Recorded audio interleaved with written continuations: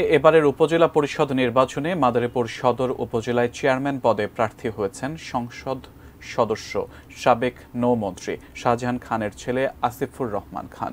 তার প্রতিদ্বন্দ্বী শাহজাহান খানের চাচাতো ভাই জেলা আওয়ামী লীগের সাংগঠনিক সম্পাদক পাভেলুর রহমান শফিক খান।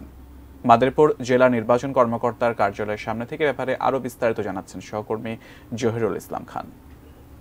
এবারের ষষ্ঠ উপজেলা পরিষদ নির্বাচন নিয়ে মাদারীপুরে ব্যাপক জল্পনা ছিল। বিশেষ করে মাদারীপুর সদর উপজেলায় নির্বাচনের দুইজন প্রার্থী প্রতিদ্বন্দ্বিতায় মনোনয়ন দাখিল করেছিলেন এবং দুইজন প্রার্থী, একজন হলেন আসিফুর রহমান খান, তিনি সাবেক নৌপরিবহন মন্ত্রী, মাদারীপুরের এমপি শাহজাহান খানের বড় ছেলে, এবং অপরজন হলেন পাবেলুর রহমান শফিক খান, তিনি জেলা আওয়ামী লীগের সাংগঠনিক সম্পাদক এবং বিগত দিনের দুইবারের নির্বাচিত উপজেলা চেয়ারম্যান, এবং তিনি সম্পর্কে শাহজাহান খানের চাচাতো ভাই।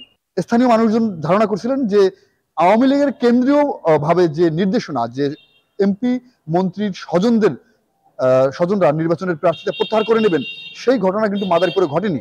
কারণ ইতিপূর্বে যে আলোচনা ছিল যে যেহেতু এমপি শাহজাহান খানের সন্তান যে নির্বাচনে দাঁড়িয়েছেন, আবার সাথে সাথে তার পক্ষ থেকে দাবি করা হয়েছিল, শাহজাহান খান পক্ষে দাবি করা হয়েছিল যে অপর প্রতিদ্বন্দ্বী প্রার্থী তিনিও কিন্তু তার চাচাতো ভাই।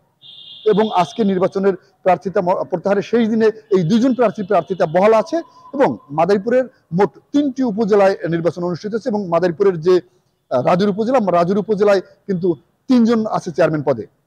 সবচেয়ে আর একটা লক্ষণীয় বিষয় হলো মাদারীপুরের যে শিবচর উপজেলা, সেই শিবচর উপজেলায় চেয়ারম্যান পদে একজন, মহিলা ভাইস চেয়ারম্যান পদে এবং উপজেলা ভাইস চেয়ারম্যান পদে একজন, সব মিলে কিন্তু 3 জন প্রার্থী প্রতিদ্বন্দ্বিতা করছেন, 3 জনই বহাল আছেন।